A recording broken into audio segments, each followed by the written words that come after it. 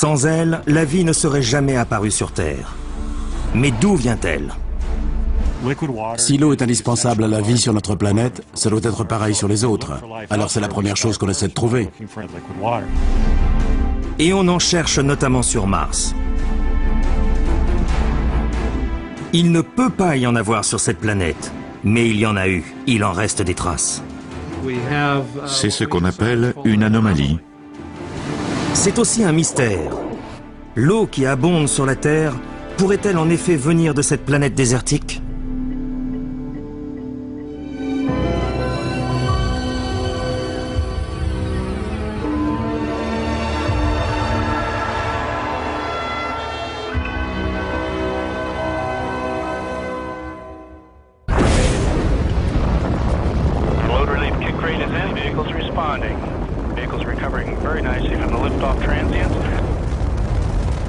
Cap Canaveral, 4 août 2007. À 5h26, la fusée Delta II s'élance dans l'espace. À son bord, la sonde martienne Phoenix.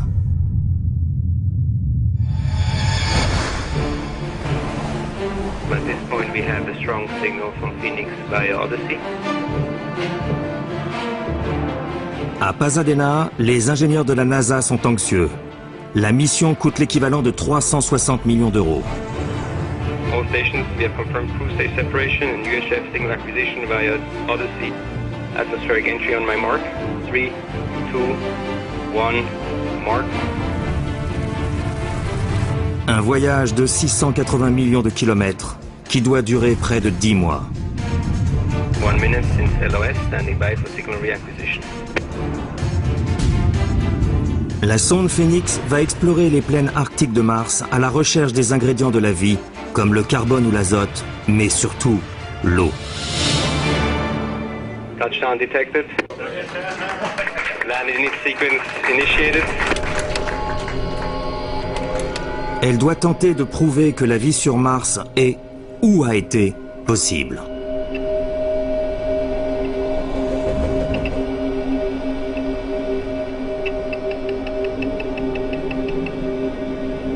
Dans la nuit du 25 au 26 mai 2008, Phoenix se pose sur la planète rouge.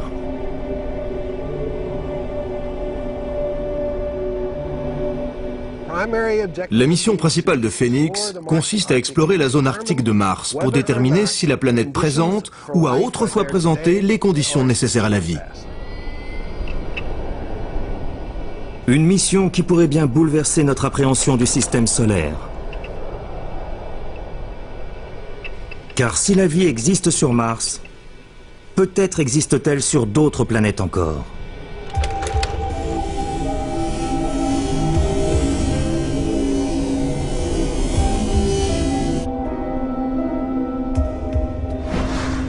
Découvrir des indices de vie à des millions de kilomètres de distance est une véritable gageure.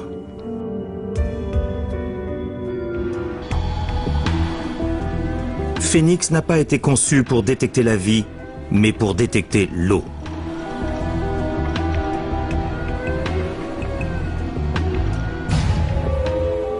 Chris McKay est planétologue à la NASA.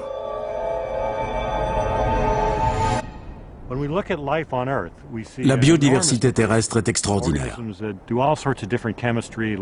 On a toutes sortes d'organismes qui vivent dans toutes sortes de milieux. Et pourtant, tous, sans exception, ont besoin d'eau. Alors naturellement, pour trouver de la vie ailleurs, c'est la première chose qu'on cherche. Sur Terre, l'eau est synonyme de vie. Partout. Même à des températures extrêmes, certains organismes sont capables de survivre.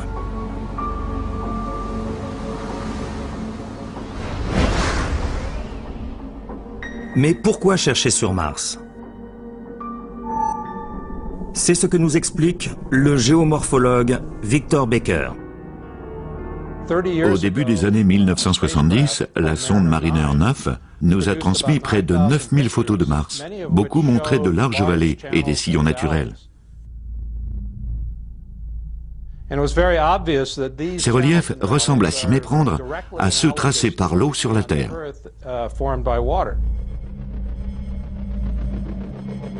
des traces d'érosion par l'eau. Un élément qui, jusqu'à preuve du contraire, n'existe pas sur Mars, car son atmosphère est trop ténue. L'air qui se trouve sur Mars est le même que celui de la Terre, à 35 000 mètres d'altitude.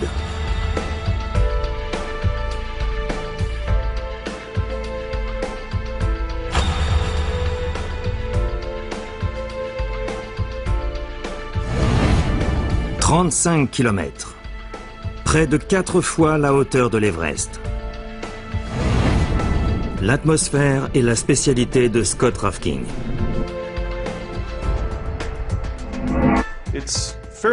Tout le monde sait que plus on s'élève en altitude, plus la température d'ébullition de l'eau baisse. En fait, la pression atmosphérique est inversement proportionnelle à l'altitude. Et plus la pression baisse, moins l'eau a besoin d'être chauffée pour entrer en ébullition. Cette expérience illustre l'effet des conditions atmosphériques de Mars sur l'eau. À mesure que l'air se raréfie, la pression baisse à l'intérieur de la carafe. La réaction n'est pas immédiate. Mais quand la pression chute à un niveau équivalent à celle de Mars, l'eau se met à bouillir. En temps normal, l'ébullition survient à 100 degrés. Mais à si basse pression, elle se produit à température ambiante.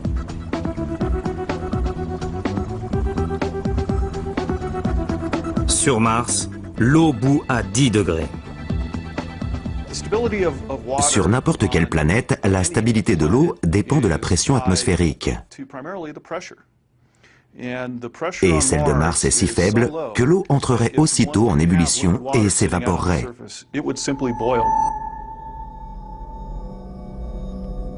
Quant à l'atmosphère de Mars, elle n'est pas assez épaisse pour isoler la planète.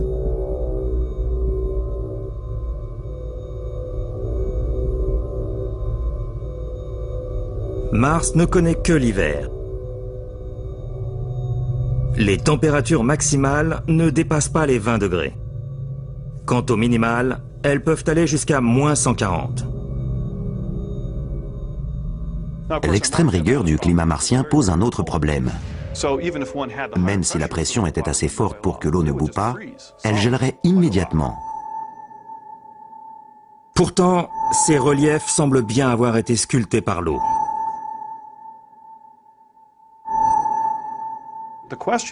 La question est de savoir comment c'est possible. Comment cette planète froide et sèche, à l'atmosphère raréfiée, a-t-elle pu un jour regorger d'eau? Plusieurs théories ont tenté d'expliquer la topographie martienne. On a dit des tas de choses, qu'elles pouvaient être dues au dioxyde de carbone, à la lave, au vent. Soyons clairs, le vent, la lave et le gaz carbonique peuvent expliquer un certain nombre des paysages de Mars, mais pas tous. Depuis une trentaine d'années, ce sujet est la principale source de controverse en astronomie. C'est pour ça que la mission actuelle est surnommée « Suivez l'eau ». C'est ce que fait Phoenix, suivre l'eau à la trace.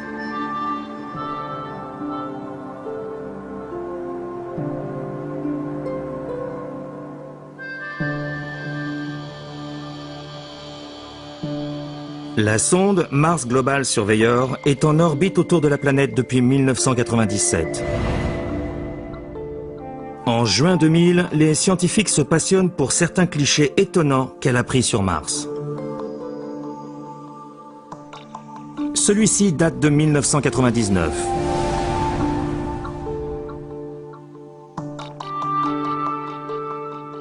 Et celui-ci de 2000, pris au même endroit. À l'évidence, quelque chose a changé. Sur Terre, on appelle ça des ravines. Elles s'étendent sur quelques centaines de mètres, pas plus d'1 kilomètre. Leur tracé évoque les nervures d'une feuille ou les branches d'un arbre. Et elles sont formées par l'eau qui s'écoule en rigole de plus en plus large. Ces ravines semblent de formation récente.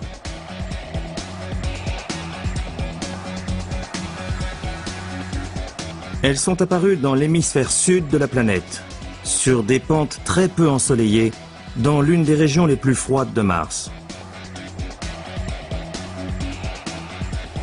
Leur ressemblance avec les ravines terrestres défie la logique et les lois de la physique. L'eau a-t-elle coulé sur Mars?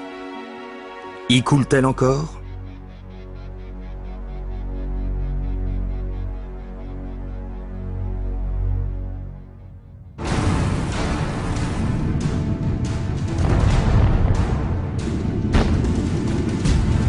Il y a longtemps que ce ne sont plus les Martiens qui intriguent les hommes. Mars recèle bien d'autres mystères.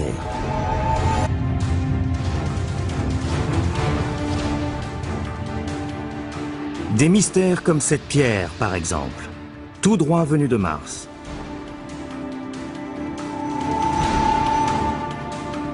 Elle a été découverte dans l'Antarctique en 1984.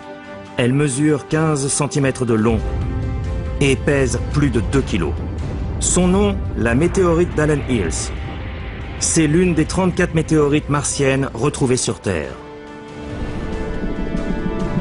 L'astrobiologiste David McKay, spécialisé dans l'étude des météorites, lui a consacré plus de 10 années de recherche. Ce qui rend cette météorite unique, c'est son âge. Non seulement c'est la plus ancienne des météorites martiennes connues, mais en plus, avec ses 4,5 milliards d'années, elle est plus vieille qu'aucune pierre jamais découverte sur Terre.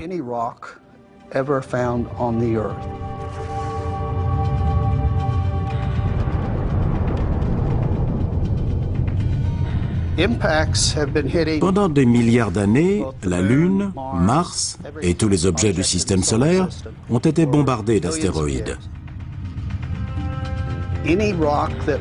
Au moment de l'impact, l'onde de choc éjecte des parties du sol et les propulse dans l'espace.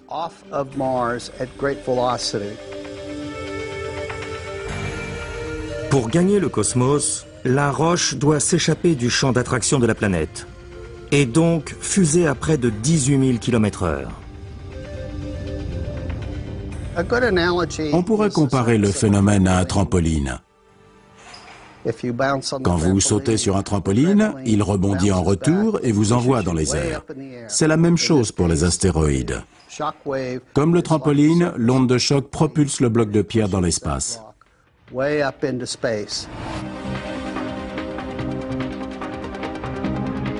Mars porte la trace de nombreux impacts de météorites.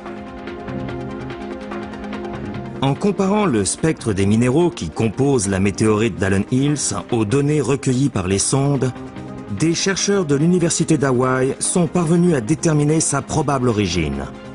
Yus Kasma.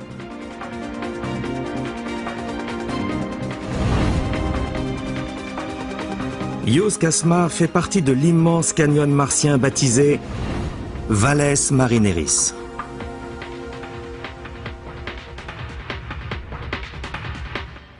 La composition minérale de ces cratères semble identique à celle de la météorite d'Allen Hills. David McKay y découvre de minuscules globules de fer et de carbonate de magnésium. Il est quasiment sûr que ces éléments ont été formés et déposés par de l'eau.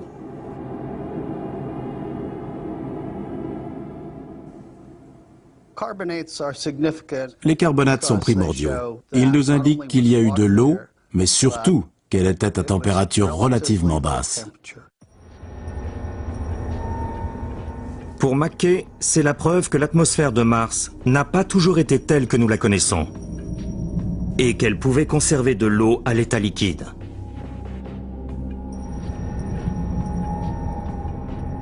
Quand était-ce? La datation radioisotopique des globules de carbonate permet de dater ce moment crucial. 3,9 milliards d'années.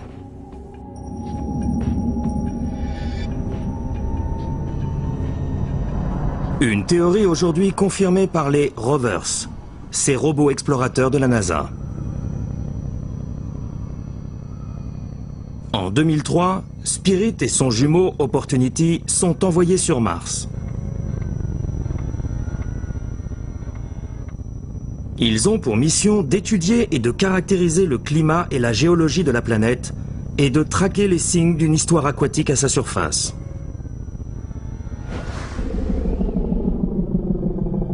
Steve Squires est le directeur scientifique de la mission. Ce sont des robots géologues. Et un géologue est un peu comme un enquêteur sur le lieu du crime. Il cherche des indices. Ces indices sont contenus dans la roche, il suffit de savoir les lire. C'est la roche qui nous révèle le passé de la planète. Les rovers sont équipés de toute une panoplie d'instruments scientifiques permettant d'analyser le sol et les roches de Mars.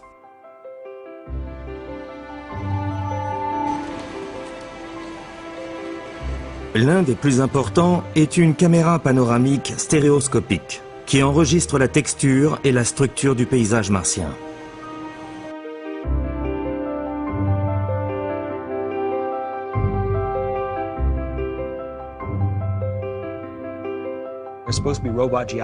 Quelle acuité visuelle attend-on d'un géologue? 10 aux 2 yeux. C'est pas mal, non? Eh bien, c'est exactement ce qu'on a donné aux robots. Parce qu'au bout de plusieurs siècles de géologie appliquée sur Terre, on sait que c'est ce qu'il faut. Ainsi équipés, nos deux explorateurs font d'importantes découvertes qui tendent à confirmer que l'eau a bel et bien coulé sur Mars, et à flot.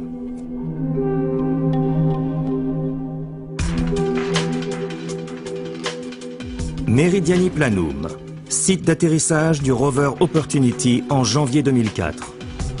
Une région désertique d'une superficie équivalente à celle du Cambodge. Les photographies montrent un sol jonché d'innombrables petites sphères, ou sphérules.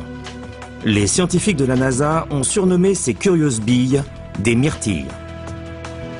Sur Terre, les structures de ce type se forment principalement dans des eaux peu agitées ou dans certaines sources chaudes. Des grappes de sphérules âgées de plusieurs millions d'années ont été découvertes près du lac supérieur et des sources chaudes du parc national de Yellowstone. Leur présence sur la vaste étendue de Meridiani Planum suggère que cette plaine était autrefois submergée.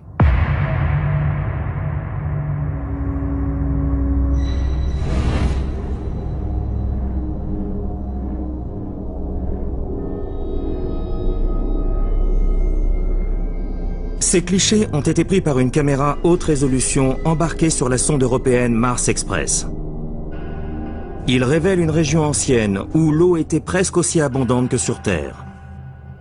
Cette vaste dépression est baptisée Yanni-Kaos. Un bras la relie à une région nommée Ares Vallis. Jim Rice est géologue. Pour lui, ces vestiges sont la preuve tangible qu'il y a eu sur Mars des crues gigantesques.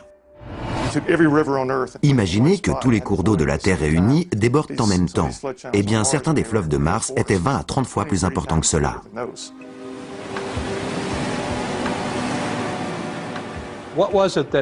Que s'est-il passé dans la nuit des temps? Pourquoi cette planète est-elle si froide et si aride, sans la moindre trace d'eau liquide en surface? Qu'est-ce qui a donné naissance à ces chenaux? Autant de questions et autant de signes à décrypter.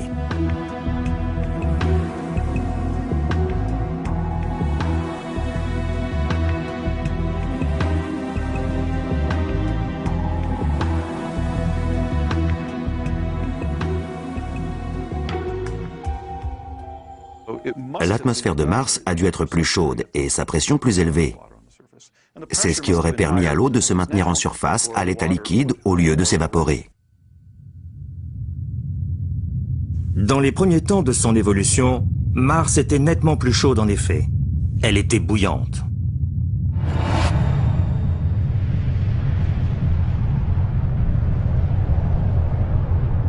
Revenons à la naissance du système solaire.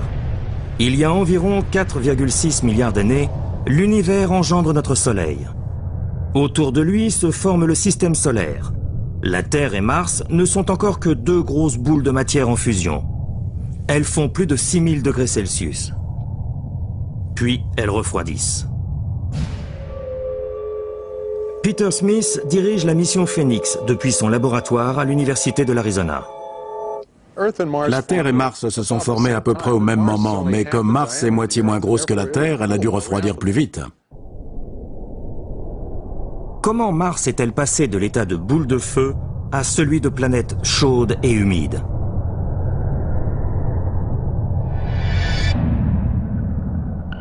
Démonstration.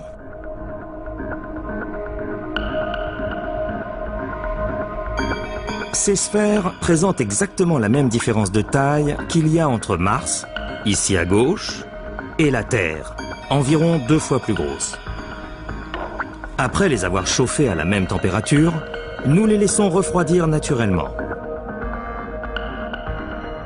Ce film infrarouge en accéléré montre clairement que la sphère représentant Mars refroidit beaucoup plus vite que sa voisine. Quand la Terre brûlait, Mars était déjà assez fraîche pour pouvoir accueillir de l'eau. Une eau qui lui vient des comètes. Le jeune système solaire fourmille d'astéroïdes et de comètes constituées de glace. En s'écrasant sur les planètes, la glace fond. Sur la Terre bouillante, l'eau s'évapore instantanément. Sur Mars, elle reste. Et d'immenses quantités d'eau cosmique s'accumulent. L'eau s'est stabilisée sur Mars bien avant de se stabiliser sur la Terre. Et elle a pu créer des orages, des vallées, des fleuves, des lacs, comme l'a fait plus tard notre planète.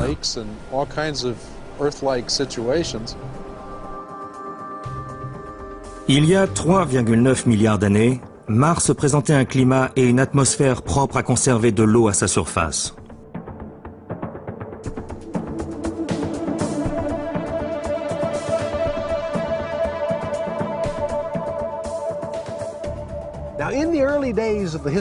Dans les premiers temps de notre système solaire, la Terre n'était pas favorable à la vie. Elle était pleine de gaz délétères, de volcans qui crachaient toutes sortes de choses. Mars, au contraire, était tempérée et pleine d'eau, l'endroit le plus propice à la naissance de la vie. Aujourd'hui, Mars n'est plus tempéré. Mais qu'en est-il de son eau? Les chercheurs placent d'immenses espérances dans la mission Phoenix. Ils espèrent découvrir des éléments de réponse à de nombreuses questions non résolues. Peut-être même à celle de notre place dans l'univers. En 2003, l'orbiteur Mars Odyssey de la NASA transmet cette image à la Terre. Grâce à son spectromètre gamma, Odyssey mesure la quantité d'hydrogène présente sous la surface jusqu'à 1 mètre de profondeur.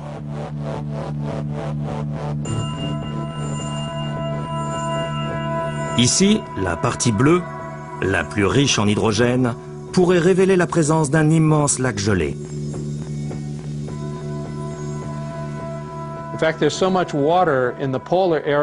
Il y a tant de glace sur les calottes polaires et aux alentours que si elle était à l'état liquide, la surface de la planète serait inondée sur 6 à 10 mètres.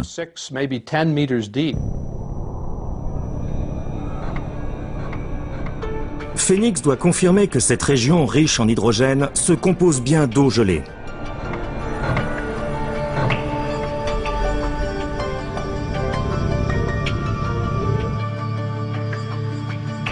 Il restera alors à savoir pourquoi cette eau s'est retrouvée prise sous la surface.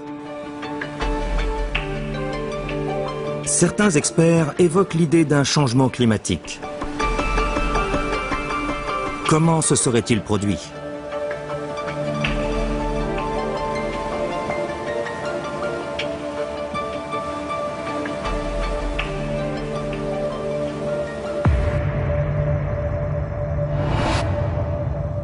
Prenons la Terre. Son noyau en fusion génère un champ magnétique qui préserve notre atmosphère du vent solaire. Le noyau de Mars, lui, est beaucoup plus petit. Et plus il refroidit, moins il est capable de maintenir ce champ magnétique protecteur. Directement confronté au vent solaire, l'atmosphère de la planète s'échappe peu à peu, et presque toute son eau avec elle. La pression atmosphérique baisse, l'effet de serre diminue, et les températures dégringolent. Toute l'eau restante s'évapore ou se congèle. Et Mars devient la planète que nous connaissons. Un monde de glace. Il y a peu de temps encore, les scientifiques pensaient que le noyau de Mars était trop froid pour faire bouger la croûte, et pour la fendre. La Terre dégage beaucoup de chaleur avec la tectonique des plaques. Les nouvelles croûtes qui se forment dans les bassins océaniques poussent en permanence les plaques continentales. Mars ne connaît pas cela. Or, la découverte de ces ravines dans l'hémisphère sud porte à croire que le noyau n'est pas aussi froid qu'on le supposait. Mars est trop froide pour connaître des dégagements de chaleur semblables à la Terre. On pense que la chaleur du noyau s'accumule et qu'elle se dégage épisodiquement en une sorte d'explosion. Celle-ci dégèle le permafrost martien et émet peut-être des gaz qui modifient la composition de l'atmosphère et augmentent l'effet de serre. Pendant cette période temporairement instable, il se pourrait qu'il y ait de l'eau liquide à la surface. Ces brèves inondations expliqueraient la présence des ravines.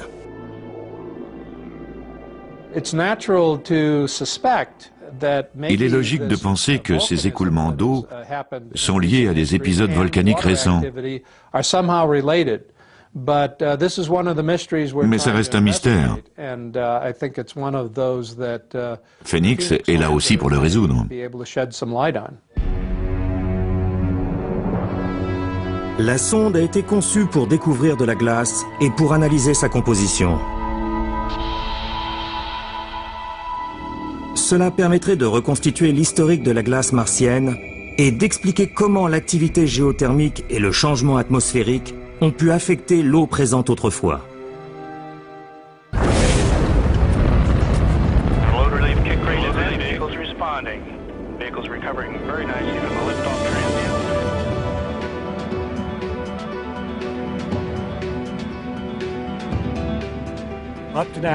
Jusqu'à présent, on a toujours étudié que la surface de Mars. On la photographie en orbite, on circule sur la surface, et parfois on creuse un peu, peut-être à sa profondeur, jamais plus. Mais la sonde Phoenix peut faire mieux. Elle est conçue pour supporter les plus grands froids. Elle est capable d'analyser la glace dans le sous-sol.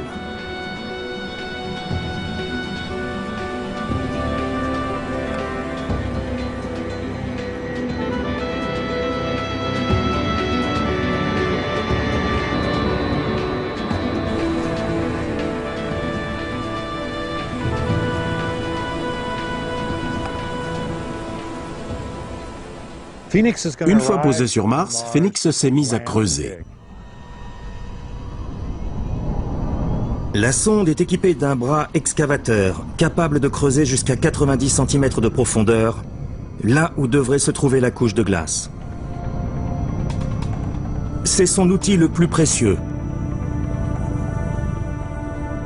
Mesurant près de 2,50 m, il peut creuser des tranchées, gratter la glace et collecter des échantillons jusqu'aux instruments d'analyse qui sont à son bord. Peter Smith, directeur scientifique de la mission.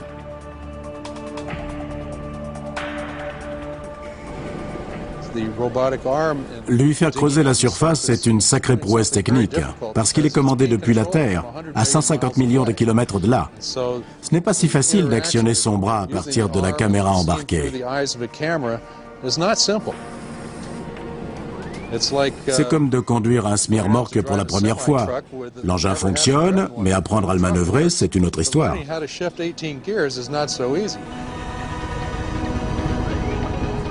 Le bras excavateur de Phoenix achemine des échantillons de sol et de glace jusqu'à un analyseur par effet thermique d'émanation gazeuse appelé TEGA. Le Tega contient 8 mini-fours qui ont à peu près la taille d'une cartouche de stylo. Une fois l'échantillon enfermé de manière étanche, le four chauffe lentement et régulièrement.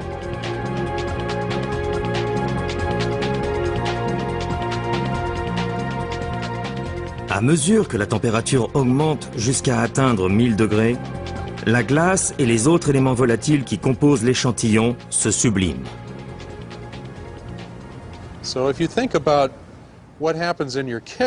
Le processus est le même que dans votre cuisine. Un rôti va cuire gentiment à 200 ou 300 degrés. Mais si vous montez à 800, 900, 1000 degrés, les matières organiques vont se transformer en fumée. Elles vont s'échapper et déclencher l'alarme incendie.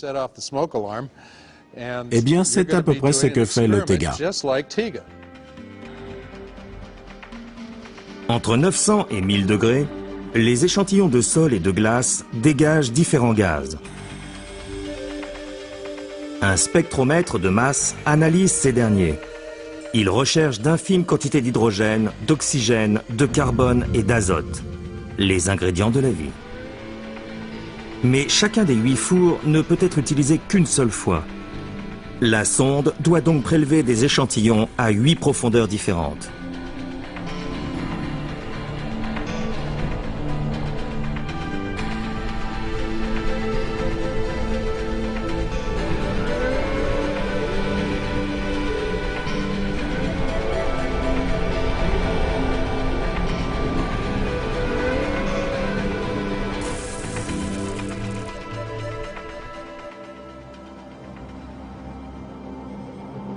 Pour prendre une longueur d'avance sur le type de données que Phénix leur transmettra, les chercheurs ont décidé de reproduire les mêmes expériences sur Terre. D'un point de vue géologique, Mars et la Terre sont étrangement proches. Elles partagent des caractéristiques communes, telles que volcans, canyons et vallées.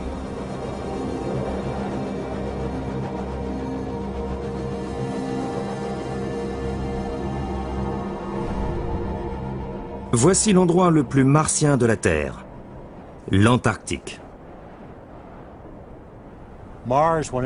Les régions les plus chaudes et les plus humides de Mars doivent ressembler à ce que la Terre a de plus froid et de plus aride. Selon moi, les étendues glacées de l'Antarctique sont ce qui se rapproche le plus de Mars. Chris McKay et Peter Smith vont accomplir ici la même mission que Phénix sur Mars. L'idée est d'établir la corrélation entre les mesures de Phénix sur Mars et celles qu'il obtiendrait dans les vallées désertiques de l'Antarctique. Il creuse le permafrost pour découvrir si la vie, ou les conditions qui lui sont indispensables, existent dans les terres les plus inhospitalières. La surface est rougeâtre, très nettement différente des couches inférieures. On va mesurer couche après couche, jusqu'à la glace. Sur Mars, le bras robotisé de Phénix récolte des échantillons à mesure qu'il creuse et les présente aux appareils qui les analysent directement sur place. Ici, il suffit de regarder le sol pour y voir l'empreinte de l'eau. Si on découvre ça sur Mars, ça signifie qu'elle est habitable, qu'elle pourrait abriter une forme de vie.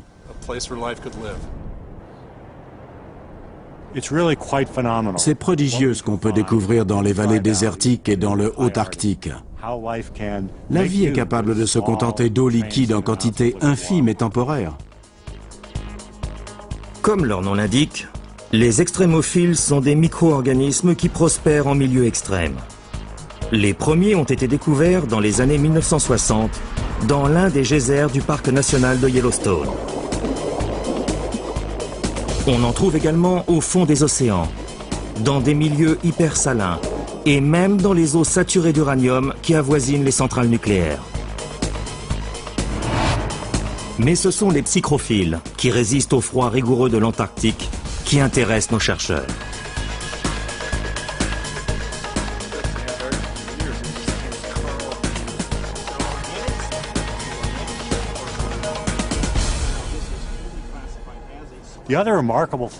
Les déserts polaires ont ceci de remarquable que la glace et le froid en général préservent très bien les signes de vie.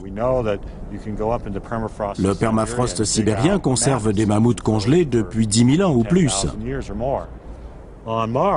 Sur Mars, on souhaite la même chose. On espère trouver dans la glace des organismes préservés depuis des millions, voire des milliards d'années. Des micro-mammouths martiens congelés, si vous voulez.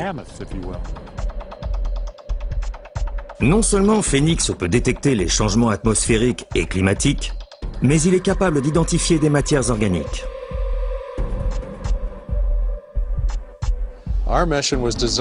La mission Phénix a pour objectif spécifique de toucher la glace afin d'en comprendre les propriétés, l'histoire, les relations avec le sol et avec l'atmosphère, bref, d'étudier la question d'une vie sur Mars, passée ou présente.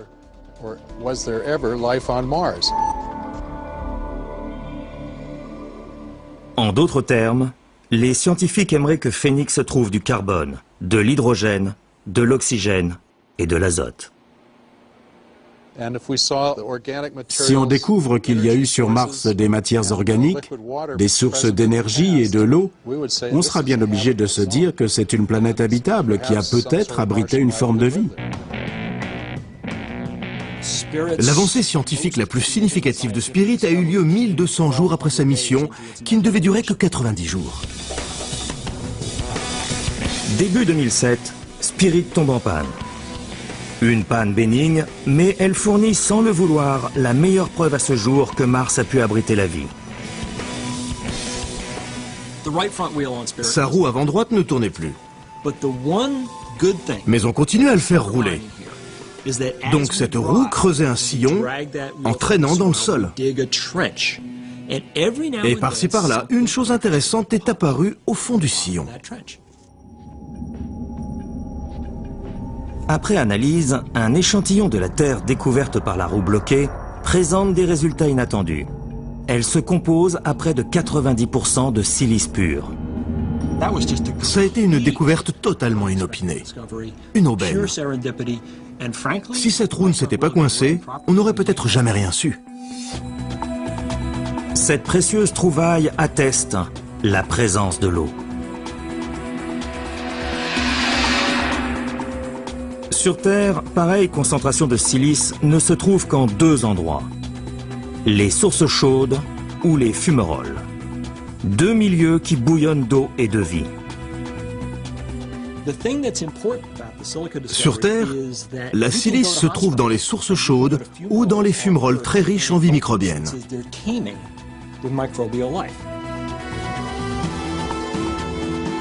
Spirit en fait la preuve. Il y a un lieu habitable sur Mars.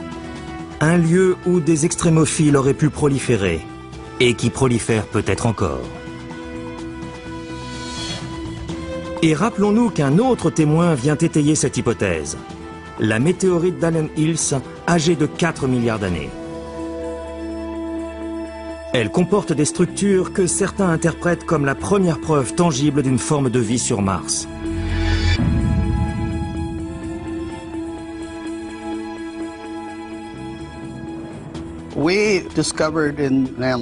On a découvert ce qui nous a semblé être une forte présomption de vie passée.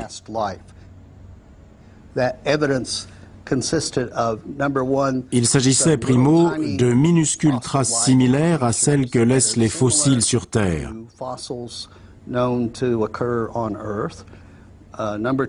Et secondo, de cristaux de magnétite, un oxyde de fer, lui aussi associé sur Terre à des bactéries.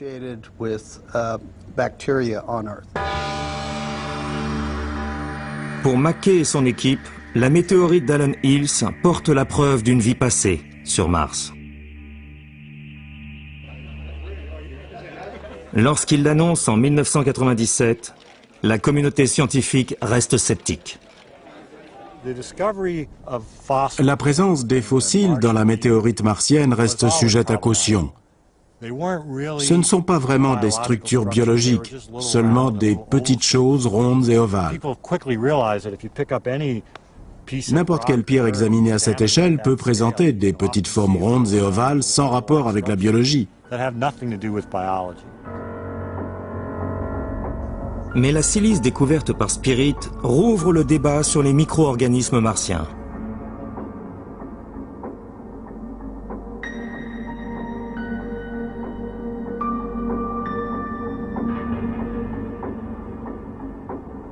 Si des extrémophiles peuvent se fixer dans des milieux similaires sur Terre, alors pourquoi pas sur Mars ?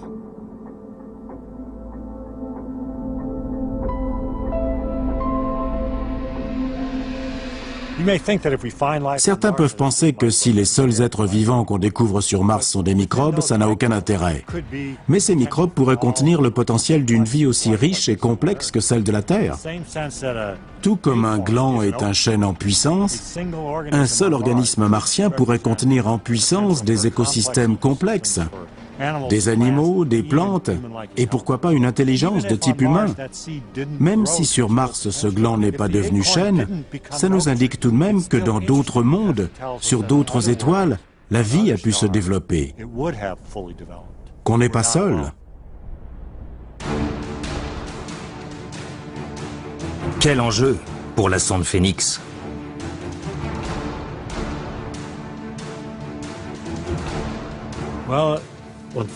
Quand Phoenix se sera posé et qu'on aura confirmation de la réussite de l'atterrissage, je vais pousser un sacré soupir de soulagement. Et Phoenix s'est posé et a entamé son patient travail de collecte et d'analyse.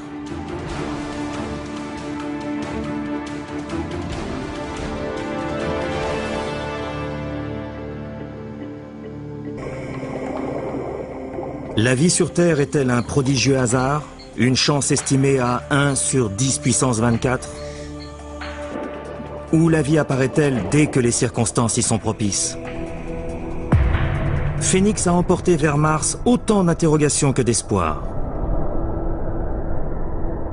La sonde est maintenant à l'approche de sa destination.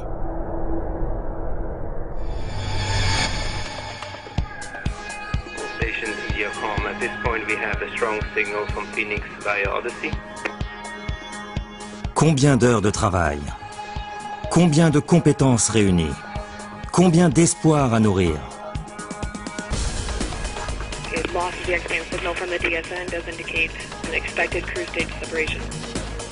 Cet homme, par exemple, était chargé du freinage. Il a fait passer Phoenix de 12 000 à 9 km/h.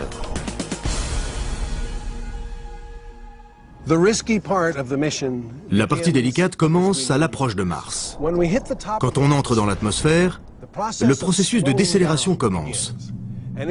En 6 ou 7 minutes, on passe de plusieurs milliers de kilomètres à l'heure à moins de 10 pour pouvoir atterrir en douceur.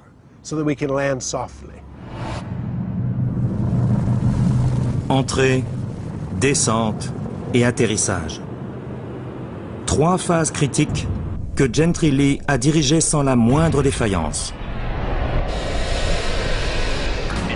Landing. We are currently 6 minutes from landing at the Gusev crater in the southern hemisphere of Mars. Atmospheric entry 5.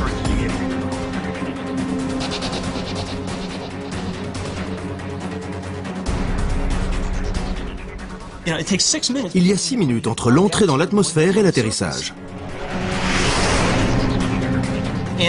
Et il en faut 10 au signal radio qui voyage à la vitesse de la lumière pour arriver jusqu'à la Terre. À ce moment-là, on est spectateur, rien d'autre. On a plein de choses sous contrôle, mais ce qu'on n'a pas, c'est les commandes. On ne peut absolument rien faire. C'est un moment d'impuissance absolue. Que ça se passe bien ou non, ça se passe sans nous.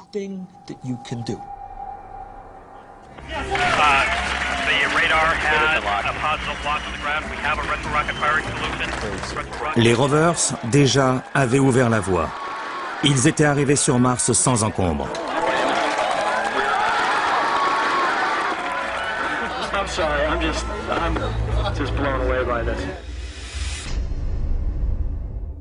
C'était encourageant, mais rien ne garantissait que Phoenix s'en sortirait aussi bien.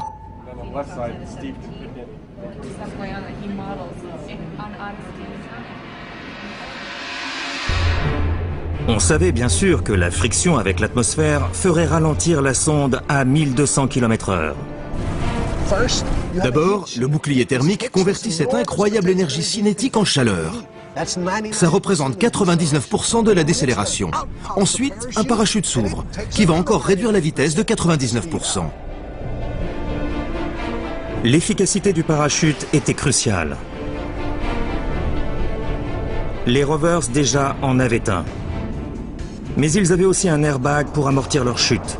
Et la sonde Phoenix n'en avait pas.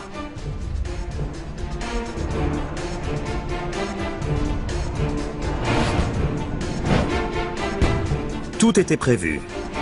12 rétrofusées regroupées sous sa coque devaient la faire ralentir.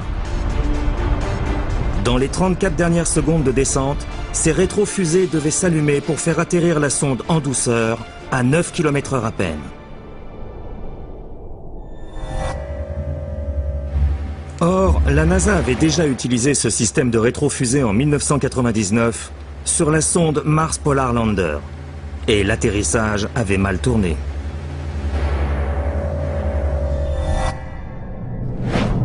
Si les rétrofusées de Phoenix avaient flanché, sa descente finale aurait donné ceci.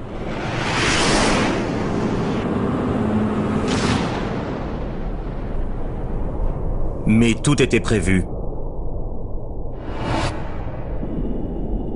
Et ça a marché. Tout se passe comme prévu. Phoenix se pose sur Mars dans la nuit du 25 au 26 mai 2008. Les capteurs placés sous ses pieds détectent le contact et éteignent les moteurs à hydrazine. Au sol, les contrôleurs attendent anxieusement que la sonde rétablisse la communication.